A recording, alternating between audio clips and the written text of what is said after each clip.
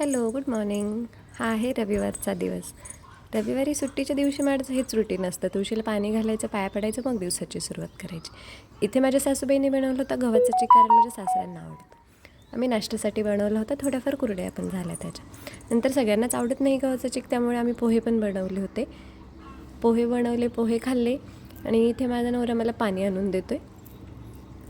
नंतर आम्ही पॉपकॉर्न बनवले होते असेच खाण्यासाठी, म्हणजे माझ्या नवऱ्याने. आणि हा असा कारभार करून ठेवला, सगळे काळे जळून गेले, अख्खा धूर झाला होता. आणि रविवारचा दिवस आहे म्हटल्यावरती काय, मग नॉनव्हेज तर झालंच पाहिजे. आणि मला माझी कुकिंग स्किल दाखवण्यासाठी एकच दिवस भेटतो, तो म्हणजे रविवार. तसं तर मी छान जेवण बनवते. मम्मीच्या इकडे काही जास्त नाही बनवलेलं, पण येतो मला स्वयंपाक, आणि जेवढा येतो तेवढा छान येतो. इथं मी हे सगळं वाटण वगैरे काढून घेतलं होतं. खोबरं, कांदा, लसूण, आलं. नंतर हे मिठाचं बघितलं, हे पण शिजलेलं होतं. नंतर मग मी सुक्कं फ्राय करण्यासाठी हे टाकलं. आणि नवीन ब्लॉगर असल्यामुळे पूर्ण व्हिडिओ शूट करायचं लक्षातच राहत नाही. मग हे सगळं बनवल्यानंतर मग मी व्हिडिओ शूट केला. हे झालं दुपारचं जेवण बघताना हे तर मॅन्डेटरीच आहे. नंतर आम्हाला जायचं होतं एका कार्यक्रमाला, वाघोलीला. रोज ज्या रोडने जाते त्याच रोडने आज पण जायचं होतं.